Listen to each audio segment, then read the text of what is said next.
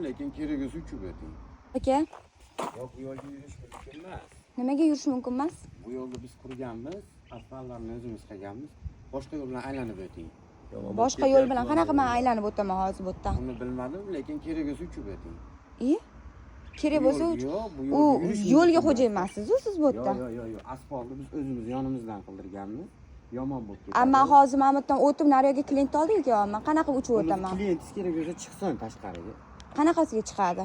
Telefon qilib aytasizlar, mumkin emas ekan kerak. Sizlarchi qayerda turasizlar? Mana shu yerda turasizlar? Mashqda turamiz.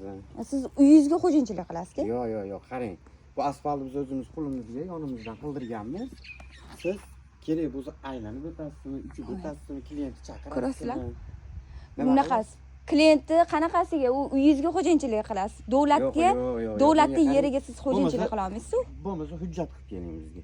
Mana shu yerdan yurishga menga ruxsat bor ekan deb hujjat qilib keling, keyin sizga ruxsat beramiz. Shu gapingiz mantiqqa to'g'ri kelyaptimi hozir? Shunda hech kim o'tkazmaysizlarmi shu yerdan?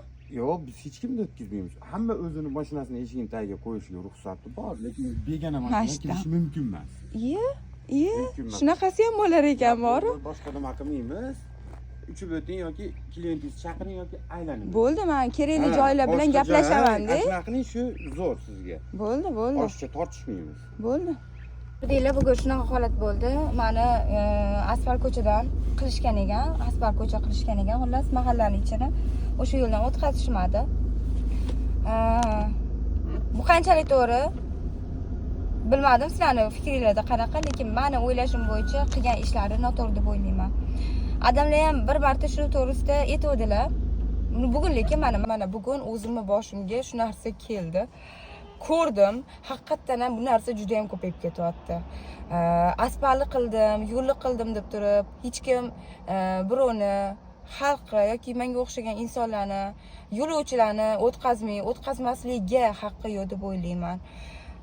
O'tgan yil ham shunaqa holat bo'lgan edi. Bitta klient oldiga borganimda shlagbaumni shunday yopib qo'yishgan edi. Mendan oldingi bitta mashina kirib ketuvdi. Ochib yuboringlar desam, yo'q, bu yerdan chasniy mashinalar, o'zini shaxsiy mashinalar o'tadi. Klient olib yo'lga shunaqasi chiqib ketiladi-yu, bilmayman, boshqa yo'ldan yuring. Bu yerda begona mashinalar kirmaydi deb o'sha paytda ham o'tkazishmagan edi. Bugun esa mana bunaqa holat bo'lyapti. Ana u kuni odamlarda mana shu narsa 5-6 kishi xullas turib olib, asfaltni biz qilganmiz, bizani yo'l, bizani ko'cha, kerak bo'lsa aylanib o'tib, odamlarni kamsitgandek, birovni nazarida mana shu kamsitilayotgandek tuyuladi o'sha odamga. Xuddi shunaqa holat bo'lgan. Lekin bunaqa narsa qilishga hech kimning haqqi yo'q deb o'ylayman. Yo'lni davlatga tegishli bo'lgan yo'lda biz hammamiz foydalanishimiz kerak, foydalana olamiz. Bittasi asfalt qildi deb bu narsani to'sqinlik ham qilisha olmaydi.